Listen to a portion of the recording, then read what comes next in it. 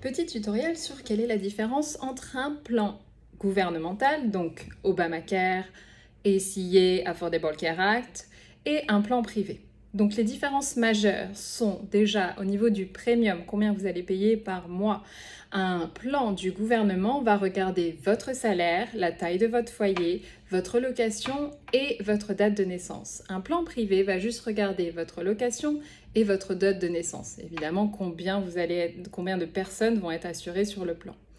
Ensuite, un plan privé va prendre en charge un montant défini par service, ni moins ni plus.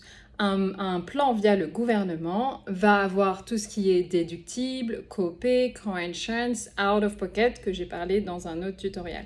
Un plan privé n'a pas tout ça. Il prend en charge au premier dollar à la première visite, mais pour un montant fixe.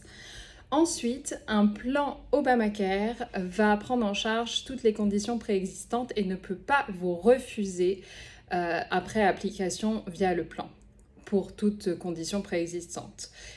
Alors qu'un plan privé, il peut vous refuser dans leur plan et aussi ne pas prendre en charge, pour la plupart du temps, il ne prend pas en charge les conditions préexistantes ou au moins les traitements liés à ça pendant les 12 premiers mois.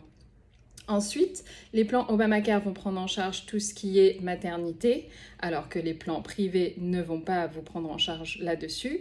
Et les plans Obamacare vont aussi prendre en charge tout ce qui est substance abuse, mental health, mental illness, alors que les plans privés ne vont pas prendre ça. Par contre, les plans privés ont aussi des options que vous pouvez rajouter pour tout ce qui est mental illness, critical illness, tout ce qui est maladie majeure, accident, vous avez ensuite évidemment toutes les options qu'il peut y avoir aussi même dans le côté Obamacare, dentaire, vision, télémédecine, etc.